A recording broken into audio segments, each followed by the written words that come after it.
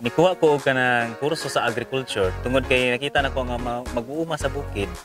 No, luoy kayo sila. Ug gusto sab nako sila tabangan.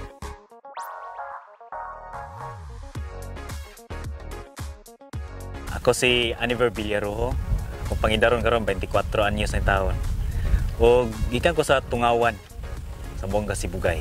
Sa pagkakaroon nag-eskwela ko og BS Agriculture major in Crop Science sa Sibugay Technical Institute.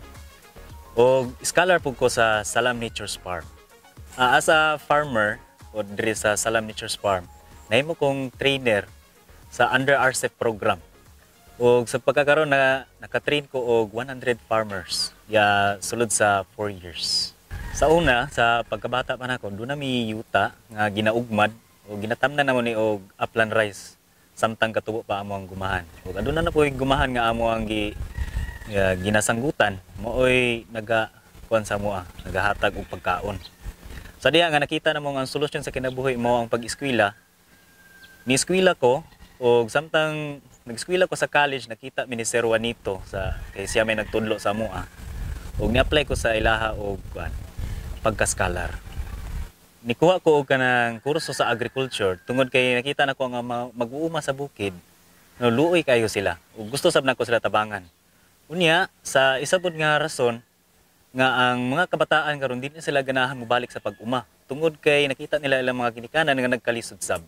Mao nga as a pagkabataan ako gusto na nako i-practice ang agriculture.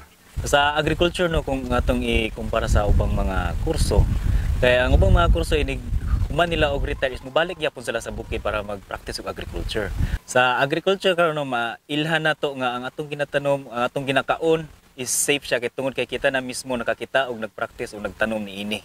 In the future no, gusto gyapon ako ipadayon hindi human ako graduate sa agriculture. Gusto gyapon ako ipadayon i-practice ang kurso nga akong gikuha. Tungod kay mao man ang pamaagi nga matabangan ako matag usa ka farmer nga nanginahanglan sa mga bagong teknolohiya.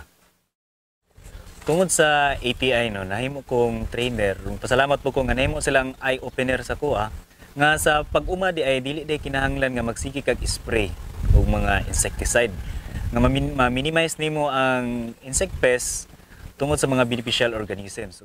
Karon nga panahon no, o sa mga maabot nga mga panahon, ang atong mga farmer is gulang na sila. Ang average age of farmer karon is 65.